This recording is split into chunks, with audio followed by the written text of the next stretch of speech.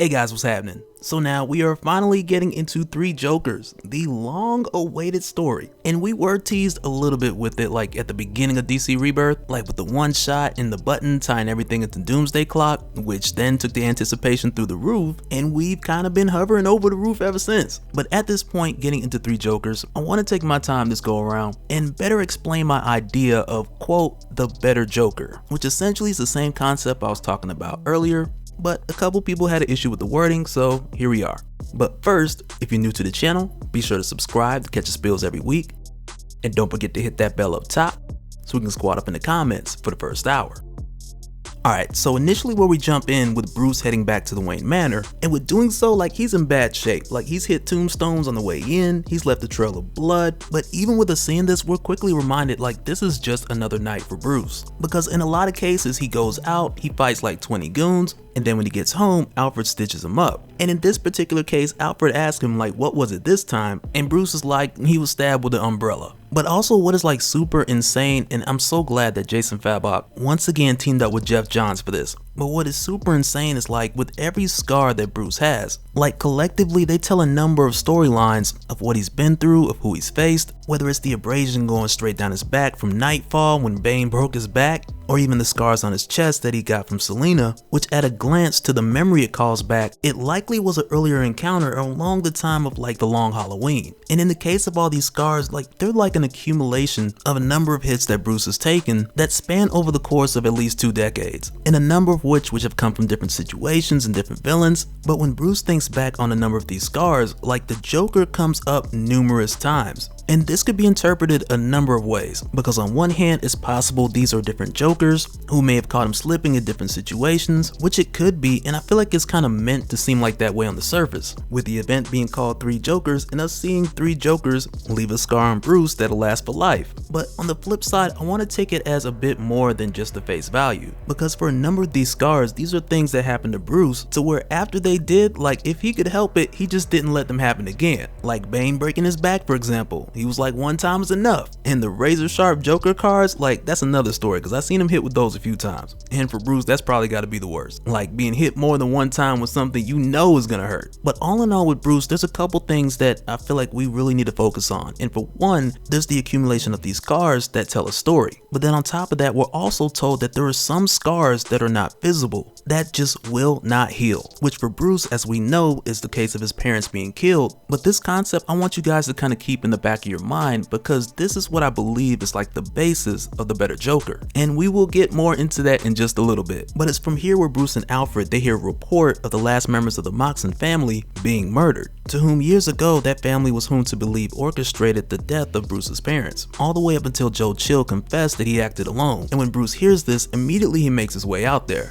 But after this, we then jump over to Barbara Gordon, and she is going in on the treadmill. But with us seeing this, it's likely because she's suffering from RLS, or restless leg syndrome, which is likely a side effect of her having the chip placed in her back that allowed her to walk again after being shot by the Joker in The Killing Joke. And if I'm not mistaken, like restless leg syndrome, like it's not curable, like it's treatable, but even with that, there's no definite cure, which just shows us like in the case of Barbara, even though she's capable of walking again, she still deals with this constant condition, almost as if it's an invisible scar that won't heal. But while she's at the gym, she hears this news about a comedian who the Joker had killed during a live stream, and as the news went on, she turned up the treadmill, all the way up to the point where it maxed out and then burnt out, which once again, signs of that invisible scar. But then in addition to that, when she hits the showers, she also has the physical scars, which always remind her of what had happened. But then from there, we then go to Jason Todd, who at this point, he's interrogating some of the Joker's goons, but even at the same time, like while he's telling them to talk, he's also closing their windpipes and knocking out their teeth. But even while this is happening, he's getting updates to his helmet that are telling him about another Joker incident that's contradicting the earlier reports of the Joker appearing at other places at the same time. But in the middle of this, when Jason's helmet gets knocked off, and one of the goons is like, no more helmet, and pretty much signaling that they're gonna go for the head, and it's here where Jason's mind immediately snaps back to the moment of the Joker beating him in the head repeatedly over and over and over again. And really it's here where Jason just brutalizes these dudes like a man possessed, or better yet like a chiropractor who just didn't read the instructions on joints and ligaments and which way they supposed to go and which way they not supposed to go. But even with beating these dudes senseless, like for Jason, he didn't need to do this. Like, he figured they wouldn't know the information he needed, but he had went through with this anyway. But it's also like with getting your classic Jason Todd moment like this. Like in his case, aside from like the physical scars on his face and on the top of his head, you also had two other invisible scars that follow him around that come out from time to time. With the first being the obvious how much he hates the Joker and any goon associated with the Joker, but then on top of that you have another which hasn't been visited in a long time, and that second one is Jason's desperate desire to never feel defenseless, hopeless, or helpless ever again.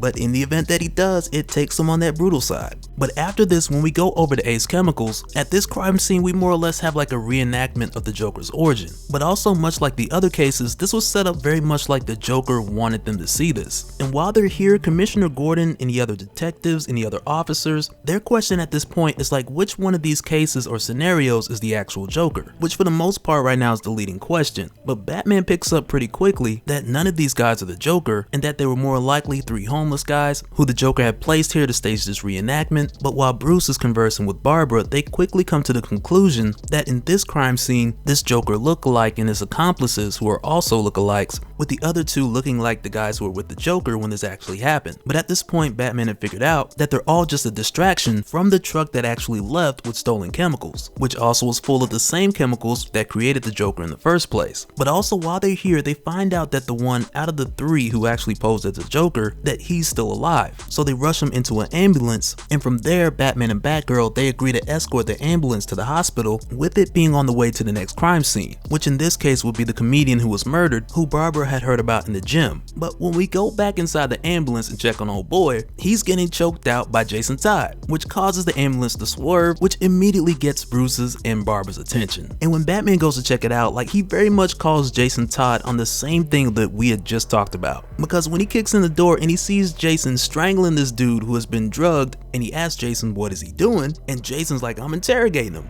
And Bruce tells him that he just needs to stop because he's not going to get any answers out of this dude whose mind is gone off of Joker toxin. And after this, Barbara, she immediately blows out the tires on the ambulance, and she pretty much gets on Jason for the same thing, because she believes this dude was a victim and Jason was just taking out his rage on someone who couldn't give him answers anyway. But then Jason lets her know like he had done his homework, and these dudes weren't just victims, they had a rap sheet, and the dude that he was choking out, he had a history of domestic violence, and he tells her that she's lucky he ain't just throw him out the truck, which would have been an interesting form of interrogation, like throwing him out the truck and being like, roll in the direction where the Joker's at, or bounce twice if you can understand me. Jason Todd, let me tell you. But then after this, we then go to a house in the woods where we see the Joker who just left Ace Chemicals has arrived to. And when he goes to the door, it's answered by the Joker from The Killing Joke, who's also referenced as your comedian Joker. And the one who arrived is your classic or clown Joker. And when the clown Joker arrives there, like, there's a bit of banter between the two. Like, the clown, he tells a comedian that he has that same shirt, and the comedian kind of comes back like, look who's taking credit for things they didn't do.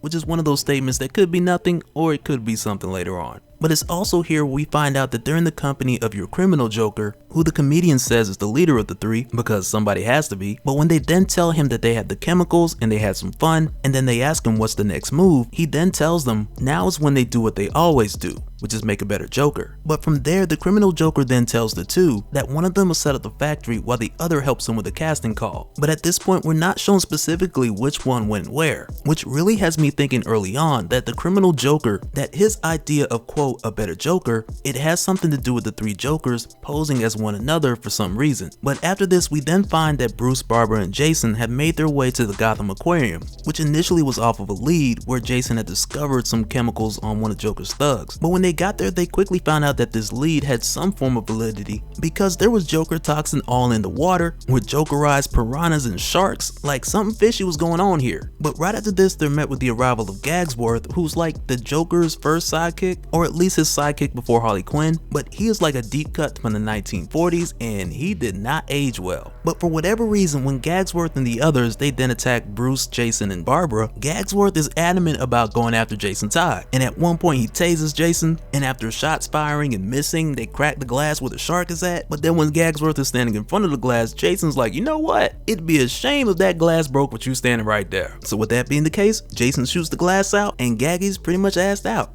But after this, when Jason believes for everything to be over, the Joker then comes through with a bowl of Jokerized piranha, throws them on Bruce, and then smashes Jason over the head with the bowl. But even with doing this, he's taken down pretty quickly. And with them knocked out, Barbara's trying to ask Bruce, like, is this him? Like, is this really over? Do we have the real Joker? And though Bruce doesn't really give a direct answer, he more or less says it seems to be as much, and then Jason Todd just comes out of nowhere, kicking the Joker in the ribs while he's down. But even with doing so, Jason, like, he's pissed because he tells them, like, he could have done this without their help. Or better yet, I'd even go as far to say that Jason doesn't want to believe that he needed help while being attacked by the Joker, which once again is those invisible scars showing. But at this point, Batman then gets a call from Gordon, who tells him he got eyes on another Joker. So from there, Batman goes to check it out, and he tells Barbara and Jason to secure this Joker and wait for the Arkham transport to come pick him up. And so now this is where we get down to the what I meant with the what I'm talking about. Because now at this point, with the two of them alone with the Joker, and initially they're like taking a closer look and going through his pockets just to make sure that this is actually the Joker. And never mind there actually being three, like they're not even aware of that. But while they're doing this, the Joker makes the remark of like, who in their right mind would take on the moniker of the person that killed them, with the Joker referring to that he effectively killed Robin. And Jason responds like he took it on so that he would show that he was owning what happened to him,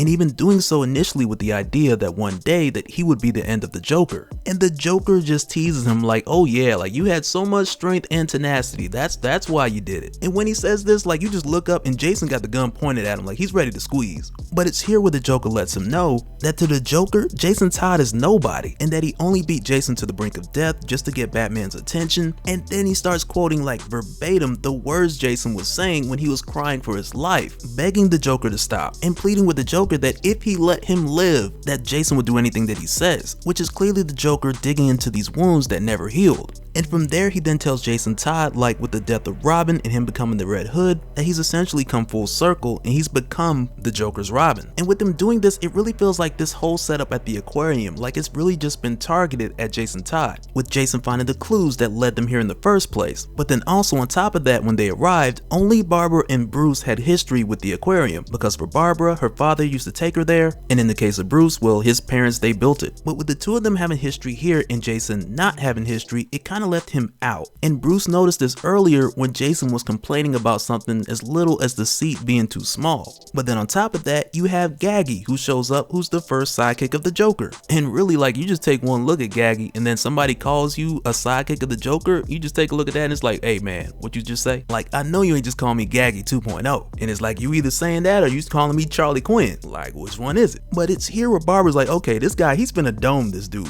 But then when she tells Jason to put down the gun and he doesn't, and then after that she throws a batarang in order to stop him, but then she misses. And as soon as she misses, Jason squeezes and he kills the Joker. And when Barbara looks at Jason like, what did you do? He tells her like, you wanted this too, because when was the last time that you missed? And it's crazy seeing this because we were just talking about this in the last Batgirl video in Joker War, because Barbara doesn't miss. Like, she's a surgeon with the batarangs.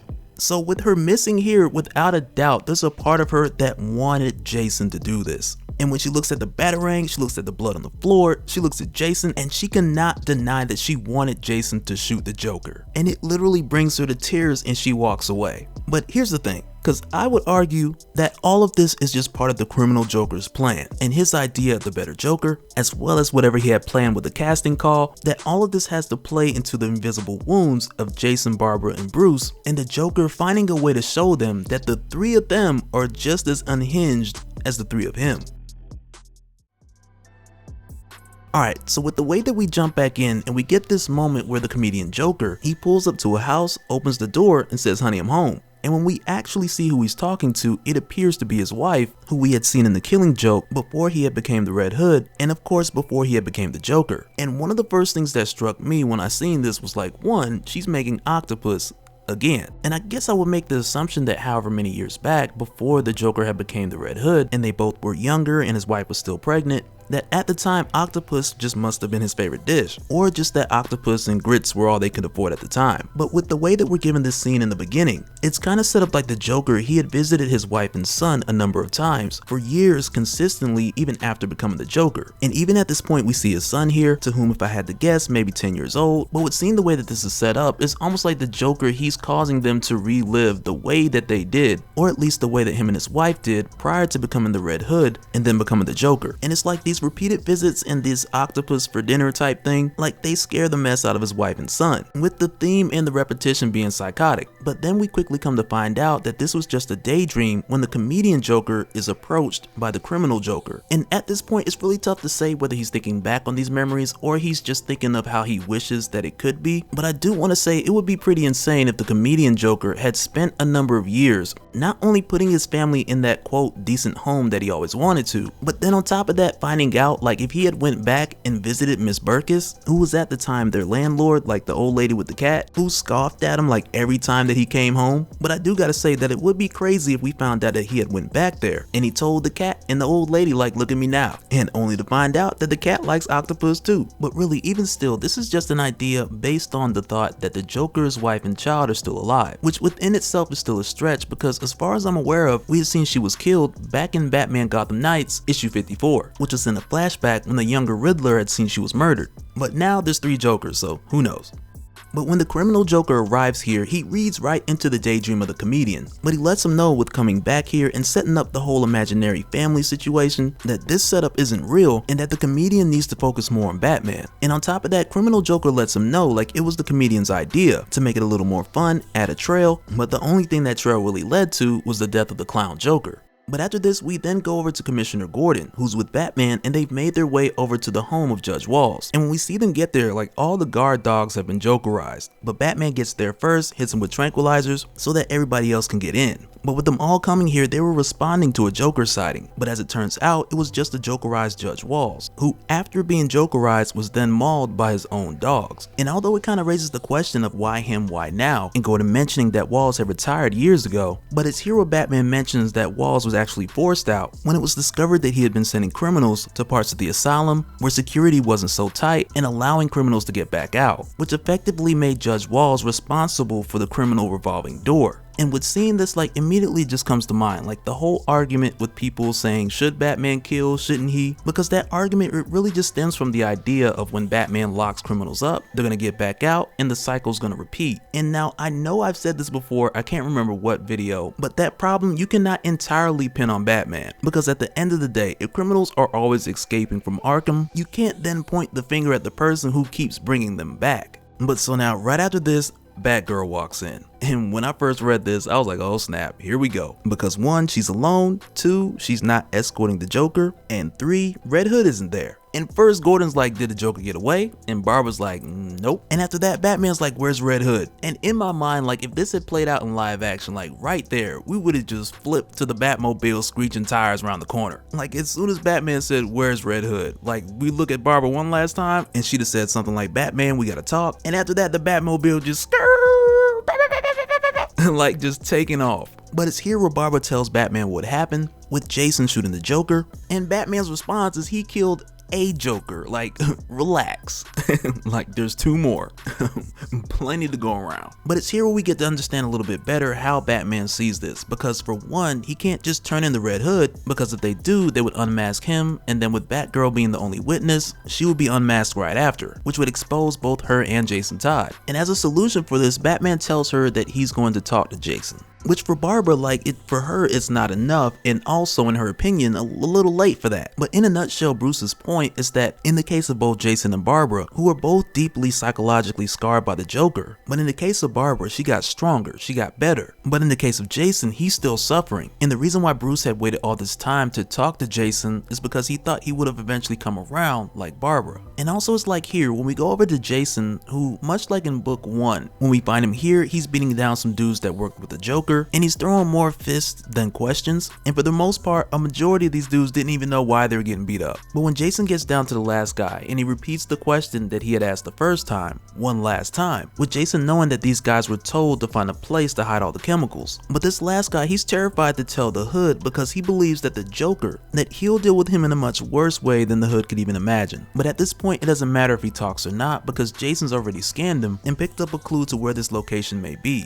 But in the case of Batman and Batgirl, like Barbara, she believes that Bruce is looking for Jason, until they start heading out the city, and then she's like, okay Batman, where we going? But instead Bruce tells her that he had found some prints on an award at the home of Judge Walls, But essentially he had found a match to these prints which belonged to an inmate, which led them to Blackgate, because the match for these prints, as it turns out, is Joe Chill. And although it's crazy seeing this thread tied with Joe Chill and his prints showing up on the same night of the murder, but to me, like in my mind, I'm like, okay, finally, another connection to Darkseid War. Could be something, could be nothing, who knows. We'll talk about that later. But with Batman walking to the cell of Joe Chill, and it's dark so he can't see if he's in there, curled up in the corner, but when Bruce gets there, it takes him a minute to turn from that kid who was in Crime Alley back into Batman. But after he pulls himself together, he kicks down the cell door and Joe Chill is not there. And as it turns out, it's because he's been moved to the hospital wing 2 months prior to this night because he's been battling stage 4 cancer. And because of that, as of right now, it just doesn't make sense how he could have been here in this condition, but also at the scene of the murder of Judge Walls on the same night. But then it's here where we jump back over to Jason, who's made his way to the condemned building of the Gotham City Athletic Association. And he had pretty much narrowed down his search to this building from combining the information which he gathered with his hood in his recent interrogation, and somewhere in between running that information to the back computer, which then led him here. And when he gets there, he finds a pool full of bodies that have been tossed in with the chemicals, much like the Joker when he fell into the chemicals beginning his transformation, except for this time it was kind of done in bulk.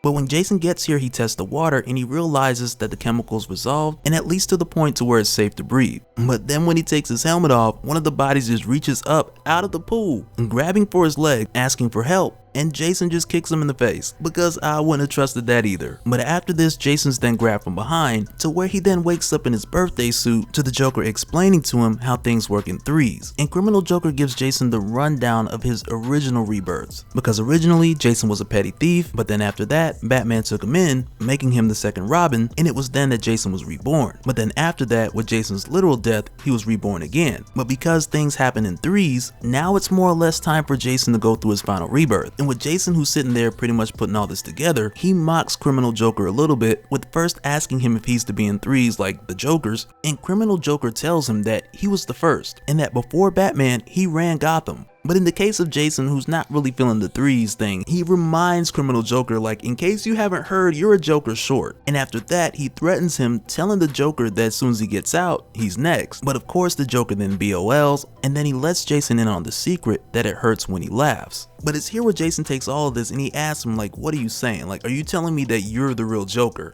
And as soon as he does and the comedian Joker puts the hood back on Jason's head, this is where it starts to come together. Because for Criminal Joker, in response to the question, is he the real Joker? He then starts to go into the speech of like, okay, like, who is the Joker really? And when he does, it sounds like he's about to get real general on the topic. But instead, what he does is he gets real detailed, talking about all the bodies that have been found, like the judge and other prospects who he's considered to be another Joker, and he's found them all underwhelming. And he really makes it sound like this long casting call to where you just really can't find the right person for the part. But then when Criminal Joker asks Jason, why does he wear the red hood? It's right here where Jason immediately feels like, okay, like this is that conversation with Clown Joker all over again. And like, that's it. Like this, it's a joke. Almost like he's bored with the repetition this second go around. And for Jason, all he really sees is the Criminal Joker as a copycat or a Joker reciting the same jokes, saying the same lines. Because Jason feels like he had this conversation before with the Clown Joker. But when Criminal Joker then tells Jason how much they have in common, with Jason being damaged and finding pleasure in hurting others, and with what Jason went through, he blames Batman, just like the Joker, and in spite of the hurt that they've caused to others, they both hate Batman the most. But Criminal Joker explains all this mainly to get the point across to Jason that this is supposed to be his third rebirth, with Jason starting from Robin and then turning to the Red Hood, and then after being the Red Hood, then he would become a Joker, or at least Criminal Joker would have hoped. And with them explaining all of this to Jason and then telling him the whole point of it is that Batman needs a better Joker, he then tells Jason like he had hoped for it to be him, but he doesn't believe that Jason is bright enough. And with that said, the comedian Joker then goes to town with the crowbar. And when this happens, like, I notice it's pretty interesting the way that the eyes and we's are used between the Jokers, even with the comedian beating Jason instead of the clown, but even more so with the Criminal Joker saying that we were hoping you would be the better Joker, or more specifically, we were hoping that it might be you. And in a way, it almost feels like the Joker Jokers, they see things in the same direction, but individually as different characters, they're strikingly different opinions. And it's like the criminal, he doesn't believe Jason's bright enough. The comedian, he enjoys beating Jason with a crowbar more than the clown did. And in the case of the clown, he more so enjoyed Jason crying for help. But then collectively, or at least with what we see with the criminal and the comedian, like the Joker wants Jason Todd to make it through that third rebirth and become the better Joker. But it's also around this time that Barbara and Bruce make their way there, because earlier when Jason had used his hood to access the Bat computer, it was then that Alfred figured out where Jason was and relayed that information to Barbara and Bruce. And when they get there, they hear this crescendo of twisted laughter, which is then followed by all the Jokerized victims who we had seen earlier skinny dipping in Joker toxin. And when one of them snatches Bruce's belt, they like inadvertently hit one of the buttons that calls in the Batmobile, and so then Bruce reaches for Barbara and he pulls her out of the way. But the other Jokerized victims, not so much. And in a way, it kind of reminds me of that Arkham game. Like in Arkham Knight, when you call for the car and it just hits everybody who's coming for you, but in a non-lethal way. But also when this happens, for a moment, Barbara believes that she sees Jason among the Jokerized victims who were hit by the Batmobile. And when she calls for Jason, one of them looks up and he's like, oh, no, I'm not Jason. And he just dies. Like, oh, I thought you said Mason. Oh, don't worry about it. Happens all the time. And then he just dies. And it's kind of messed up because like your last conversation before you go, somebody thought you was somebody else. And then it's like, oh, never mind. But then not long after this, they then find Jason. And when they find him, he's very much in that angry at Batman mode. But unlike what the Joker wanted, he's not transformed. And I really believe like the failure of this transformation, it leans into the possibility that the one person that Jason hates more than Batman is himself. And if that's the case, that's a lot of hatred because he's pissed at Bruce right now. But after this, they then take Jason back to Barbara's apartment. But when they do, Batman's gotta go because there's still two other Jokers out there. And with Bruce leaving, Barbara, she really acts like it's another sign of him not caring. But even still with him going, it makes sense because now Jason's safe. But even yet and still, like this thing isn't over. But sometime later, Barbara, she steps out for a moment and likely to check the roof or check the area. But when she gets back, she sees that Jason's taking a shower and got all hot and steamy. And one thing leads to another and they kiss.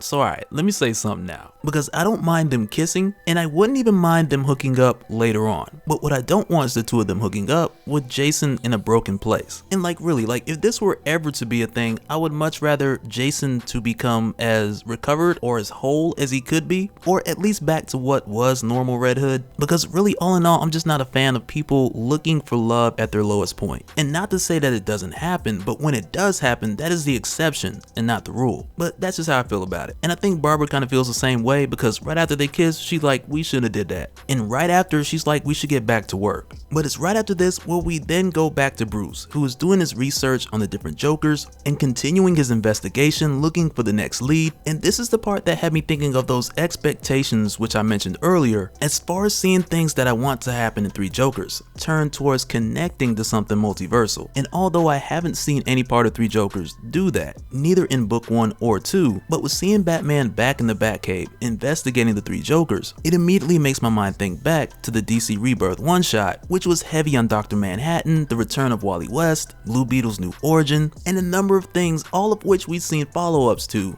except for this. And at the time it felt like, okay, this is a thing, we're continuing from Darkseid War, but then nope, years later, we're at Three Jokers, and 2 books in, I'm just really not sure if it's gonna happen. And I may be jumping the gun early, but we'll just have to wait and see.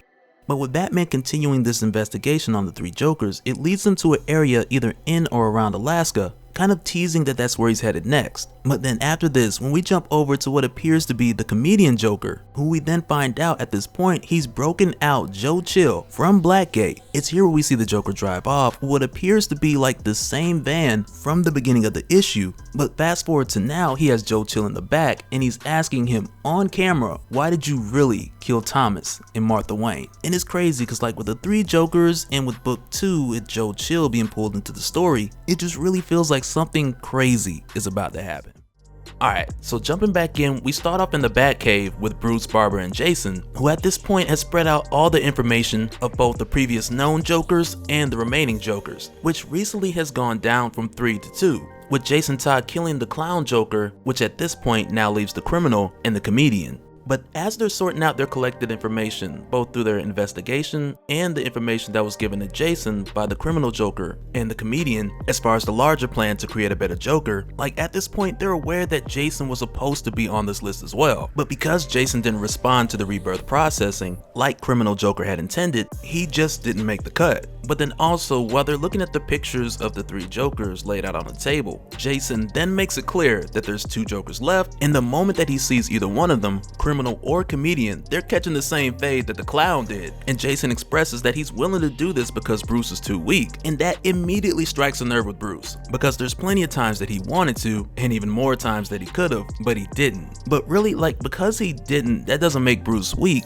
but instead his integrity just upholds a different belief. And albeit that belief does come with its different problems, like the Joker coming back again and again, but to stay true to any kind of belief, it takes an immense amount of strength, and just because someone else doesn't see things the same way, it doesn't mean that they're weak. It just means that they're holding true to a different ideal, which for Jason is something that has changed a number of times over the years. So who truly has the stronger integrity? But after this, Jason then brings up the alternative, which is much of what Bruce had expressed before to Barbara, because if the plan is to arrest the remaining Jokers, then Jason and Barbara will have to testify, and from there everybody's identity's blown. And at this time, Barbara is just trying to get Jason to see that Bruce, he wants to help, but Jason, he just doesn't see how. And then on top of that, he shifts his argument with Bruce to where now it's about how Bruce has been helping them before. And it's at this point where Bruce, he disengages, like he understands that Jason doesn't understand. And as a result, this shifts very early on the way that this briefing, if you will, continues. Because after this, when they go back to the table and Bruce starts to go through the main 3 Jokers, he mentions the criminal, who was likely the one from Death in the Family, with him being more calculated and meticulous in his approach. And then he mentions the clown, which is the one that Jason killed, and how he was more of your campy Joker, who we're more familiar with as like your Golden Age Joker or your Adam West versus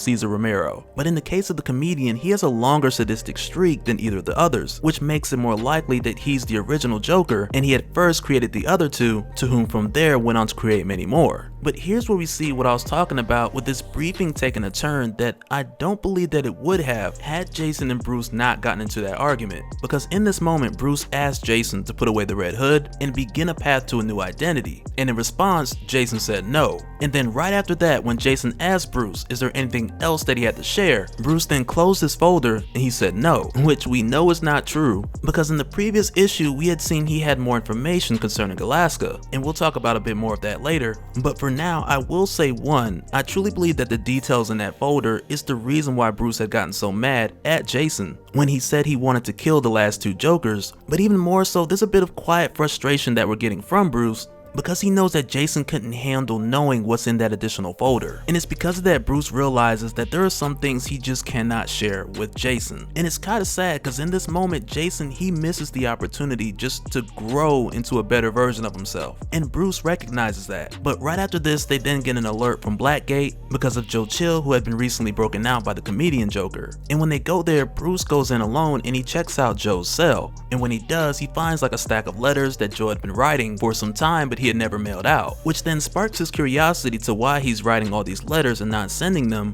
And after that, he's then told to ask Reverend Evans, who's been Joe's counselor / advisor during his time of incarceration. But also, while this is happening, outside you have Jason and Barbara, and they have this moment to where it really feels like Jason, he wants to build up this conversation to where he can work his way through to talking to Barbara and eventually talking about that recent kiss. And he starts off by letting Barbara know, like, okay, look, I messed up. And from there, she just goes in like, yeah, you messed up. You shot the Joker and you put all of us like in this hard situation. And because of that, we have to let you walk away with murder, because it was either that or everyone testifies and takes off their mask. And of course, then Jason, he apologizes and said that he won't do anything like that again. But then after that, Barbara makes it clear that of course she hopes that he doesn't, but in the case that he does, she will reveal her identity, take the stand, and testify against Jason. And really, like, after that, conversation's over. And it's in this moment where you can see it really sinking in with Jason that his desire to get even, that it had costed him the potential of something that he could have had with Barbara that he didn't even know was there. And had Jason taken a similar route to Barbara and become better afterwards, then that connection would have been like crazy strong. But because he chose to kill the clown Joker, he had forced Barbara away from him, and now it's like he's realizing the cost of what you truly pay for only focusing on what you want without considering the cost or repercussions. But there's plenty of regret to go around, because now we go to the conversation between Batman and Reverend Evans. because for years Joe Chill has been writing these letters addressed to Bruce Wayne apologizing for the murder of his parents, which also Joe had begun to write long before he had fell ill, which then shows that he had felt his remorse and his regret for a number of years prior to this point. But within this shuffle of letters addressed to Bruce Wayne, there's also one addressed to Batman, to where inside there's an invitation to the Monarch Theater and a ticket to see the Mark of Zorro, which is where Joe's regret had begun the night that he killed Bruce's parents. But when Bruce, Barbara, and Jason arrived there after a long quiet ride, cause wasn't nobody talking, like the awkward silence was crazy. But when they get there, the marquee is titled "One Night Only, the New Joker." And from there, they quietly make their way in, with Barbara taking the roof, Jason taking like the side door, and Bruce making his way in through the front. But when they first go inside, we first follow Bruce, who makes his way to the main theater, and when he does, the projector cuts on and we hear the voice of the comedian Joker, who's narrating much of what we had seen at the conclusion of book 2, when he had broken Joe Chill out of Blackgate and told him to confess on camera why he killed Thomas and Martha Wayne. But then also while this is playing on the big screen, Batman, his attention is then called to the criminal Joker, who has Joe Chill there tied to a rope in a chair. And also at this time, we see like with Barbara, who had entered from the roof, and Jason, who had like taken the side door, like while this is happening, they're being bombarded by a bunch of other Jokers who had met them at their point of entrance. And it's here where criminal Joker tells Batman like his reasoning for choosing Joe Chill. And the way that he does this with mentioning Barbara and Jason and saying how they couldn't be the better Joker, he goes on to say how Barbara had too much heart, and in the case of Jason, he lacked sophistication. And that's why criminal Joker had picked Joe Chill, the killer. And it really makes you think for a moment, like the whole idea of 3 Jokers and how that idea really revolves more around Barbara, Jason, and Joe. Because really between those 3, they have like the strongest undertone narrative throughout these 3 books. But after this, when Bruce makes his way up top, closer to criminal Joker and Joe Chill, he quickly sees that the Joker is strapped with dynamite, like I'm talking about some old school dynamite, like the Acme Acres type stuff. But even still in this case, a significant amount and enough to bring the place down. But it's also here where we see the Joker move Joe over this container filled with the Joker toxin, to where the criminal Joker expresses like the deeper underlining to the better Joker. Because with Jokerizing Joe Chill, it's like that way he'll be consolidating the things that mean the most to Batman, with inducting Joe Chill and making him a Joker, while also mentioning the Jokerizing process having the high probability of curing Joe from cancer, effectively trading off his physical health for his mental health.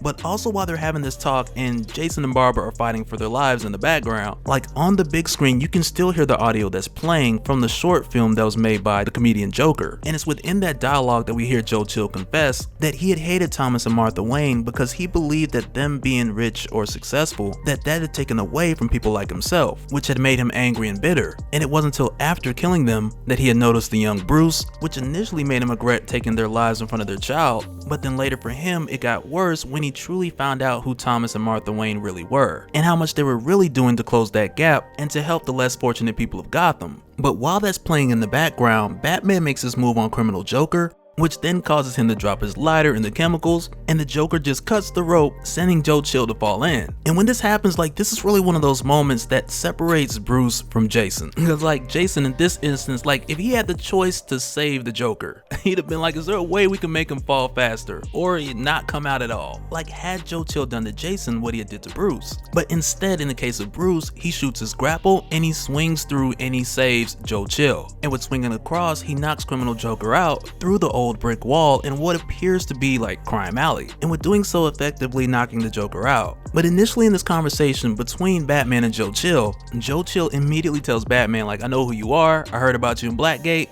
And many of those stories I'm sure were exaggerated, because initially Joe thinks that Batman is going to kill him, but he quickly realizes soon after that he's not, after saving him again from some falling bricks, to where then Joe's like, thank you, and Batman's like, you're welcome. And really it's just like another example where Bruce has to do the very thing that he knows that Jason is incapable of, and in no way does it make him weak, but at the same time on Bruce's end, he has his losses and gains as well. But then it's also here where criminal Joker gets right back up, and at this point he's getting ready to pull the tab on the explosives and just blow everything to Kingdom Come. And I mean not literally Kingdom Come, but he was ready to let off this bomb and just kill everybody here. But that plan isn't seen through because he's then shot in the head by the comedian. And when the comedian kills criminal Joker, he doesn't keep the gag rolling. He's just like, and then there's one, take me away. and he just throws his hands up like, we're done here, lock me up, let's go. And from there, the comedian Joker is effectively arrested. But while this is going on, you then have another moment with Jason and Barbara, and the look on her face, it says it all. Because it's here when all this is done, he finally gets around to asking her about how the two of them are gonna move forward. And for Barbara, like, Jason's detachment from everything that's been going on here and like just processing the recent events, like, you can tell she's nearly disgusted about Jason bringing this up.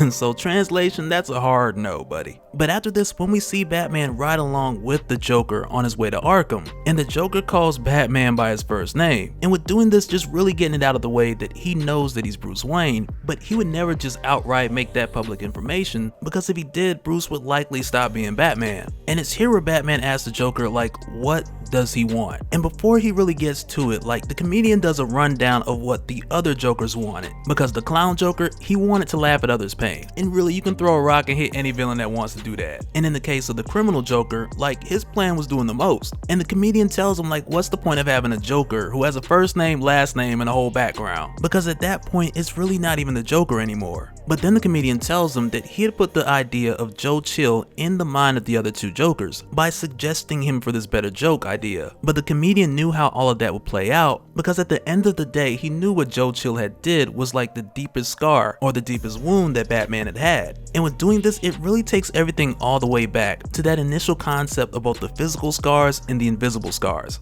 And even how some may seem impossible to heal, which in the case of Bruce is what made him Batman in the first place, with Joe Chill killing his parents and him becoming Batman so that wouldn't happen to anyone else. But with letting all of this play out the way that the criminal Joker wanted, the comedian had helped Bruce heal that deepest scar, so that now there would be nothing left but the Joker. And as elaborate as the plan may have been, like, it was pretty genius, because now that Bruce has closure, it's like, what makes him Batman now?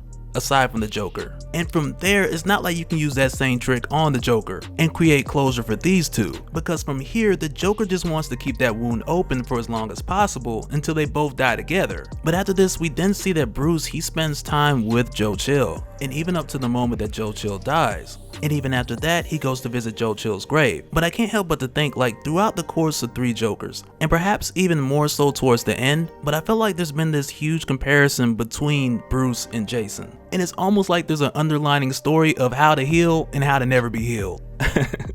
How to not heal.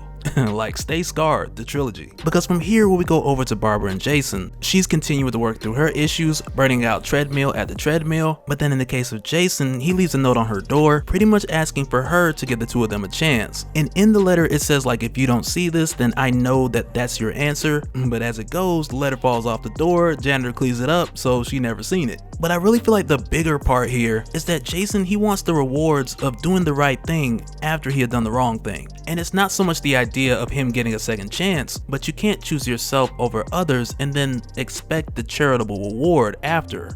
But then after this, we see a conversation between Bruce and Alfred, and it kind of overlaps from Bruce in the cave and him actually going to Alaska. And it's like, at this point, Alfred tells Bruce, like, do you think we'll ever know who the Joker really is? And Bruce is like, I knew who the Joker was 1 week after we met, because I'm Batman.